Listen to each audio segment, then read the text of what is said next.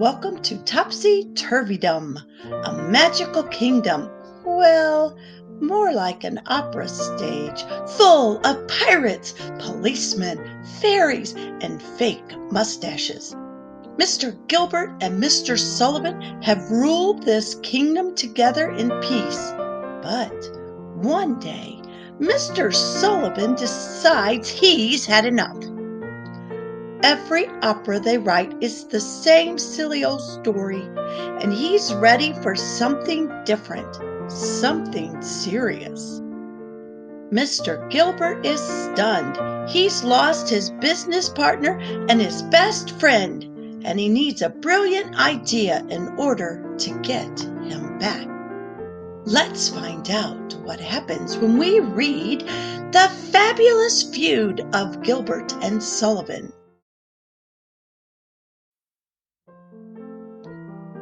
There was a time when jolly old England was not so jolly. Children worked in factories. Queen Victoria frowned. Everything was grim. Everything was dark, except in the make-believe kingdom of Topsy-Turvydom. Topsy-Turvydom wasn't really a kingdom. It was an opera stage where grown-ups acted silly and everything got very, very, very confused. Fairies with battery-operated wings got married to stuffy old men in bad wigs. Pirates and policemen sang rousing songs together. Fake ghosts with fake mustaches got into polite arguments with living persons. Such was the kingdom of Topsy-Turvydom. And in this kingdom there were two kings. Well, they weren't really kings. They were two gentlemen, Mr. Gilbert and Mr. Sullivan. You see, they were the ones who wrote these operas. Mr. Gilbert wrote the words in a big, dark room filled with things from all over the world. He dreamt up ridiculous stories for the operas. Actually, it was more or less the same ridiculous story for every opera, but set in different places, on a boat, in Italy, in a castle, and yet always the same story. This drove Mr. Sullivan crazy. He wrote the music for these operas, and he longed more than anything to write a serious opera, a grand opera. In his moonlight parlor, he sat at the piano, playing beautiful melodies, dreaming of a grand romantic opera. And then the telephone rang. It was Mr. Gilbert. "Mr. Sullivan," said Mr. Gilbert. "Mr. Gilbert," said Mr. Sullivan. "Well, what is it?" "I have a new opera." "No," said Mr. Sullivan, and he slammed down the phone. Mr. Gilbert was stunned. What sort of way was that for a man to treat his friend? Mr. Sullivan had never acted this way before. Had Mr. Gilbert done something wrong? What about his new opera? "Dear, dear, dear," sighed Mr. Gilbert. "This is very tiresome." And he sat up half the night trying to figure out why his old friend had hung up on him. The next day the sun was shining brightly, but the problem still remained. Mr. Sullivan had behaved very rudely and strangely. It was a mystery to Mr. Gilbert, and he intended to solve it. So he called Mr. Caldecott, the man who owned the Savoy Theatre. A meeting was arranged, and this meeting did not go well at all. "I I refuse to write any more music for Mr. Gilbert's ridiculous operas," said Mr. Sullivan. "It's always the same ridiculous story over and over and over again." "I beg your pardon," cried Mr. Gilbert. "My operas are not ridiculous." "Yes, they are." "No, they aren't." "Yes, they are." "No, they aren't," cried Mr. Gilbert, and with that he left the meeting in a huff. "The nerve of Mr. Sullivan," he thought. "Well, if that's all the thanks I'm going to get from Mr. Sullivan, then fine. He can just rot as far as I'm concerned." And so it was that the two kings of Topsy-Turvydom parted ways. Mr. Sullivan took a vacation to France. He ate wonderful food, went to concerts, and did his best to forget about his argument with Mr. Gilbert. Meanwhile, Mr. Gilbert huffed and puffed and grumbled and mumbled, still angry at how he had been treated. He didn't feel like writing. He didn't feel like doing anything, and he never wanted to see Mr. Sullivan again.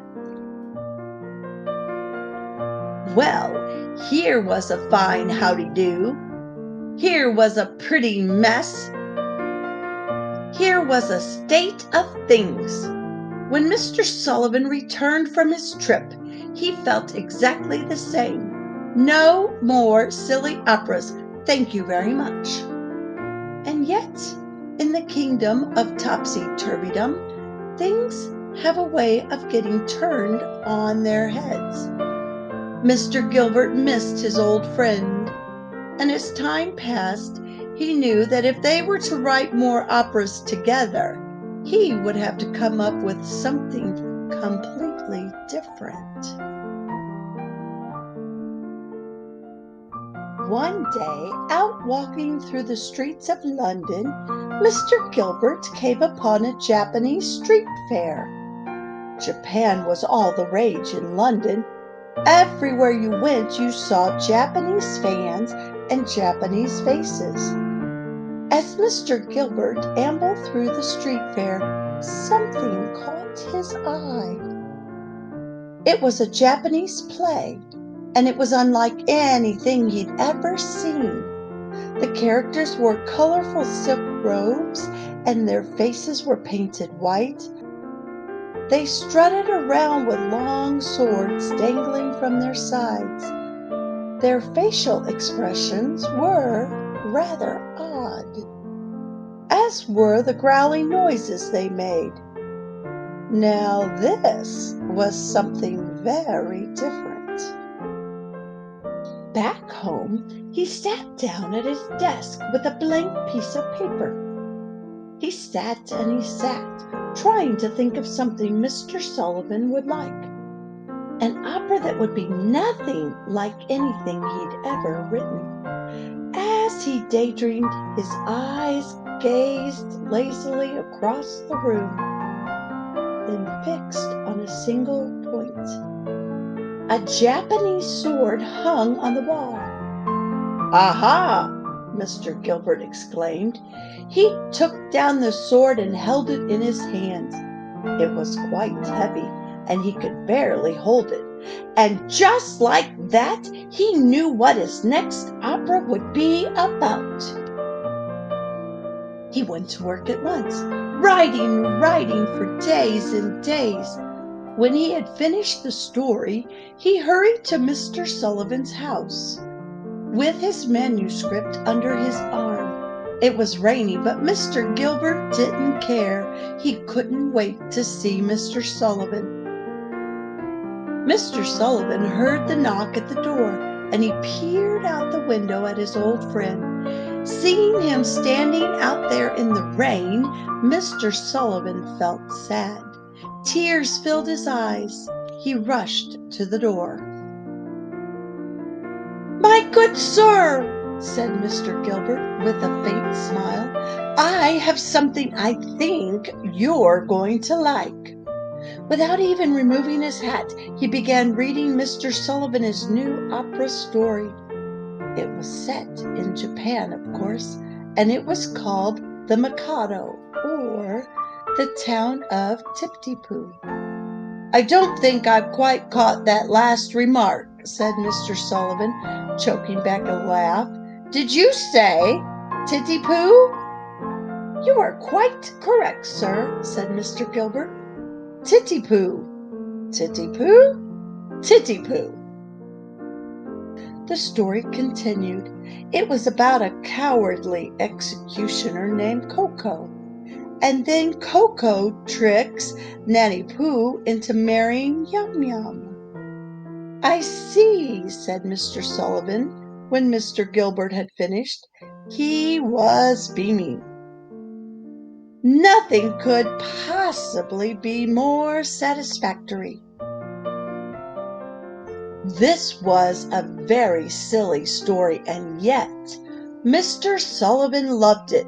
It was new. It was different. There was not a single magic potion in the whole story. This was progress. He set to work on the music right away, and just like that, Mr. Gilbert and Mr. Sullivan were partners once again. As Mr. Sullivan wrote the music, Mr. Gilbert went back home and played with a model theater and little wooden actors and actresses. This is how he figured out how the opera would look and how the characters would move. It may have looked silly, but it worked. Somehow, these little wooden figures turned into live human beings. And when the curtain rose on opening night, it was a stunning sight. A stage full of Englishmen dressed up to look Japanese, with white face paint, black wigs, and swords dangling from their sides. It was ridiculous and beautiful, and it was completely different.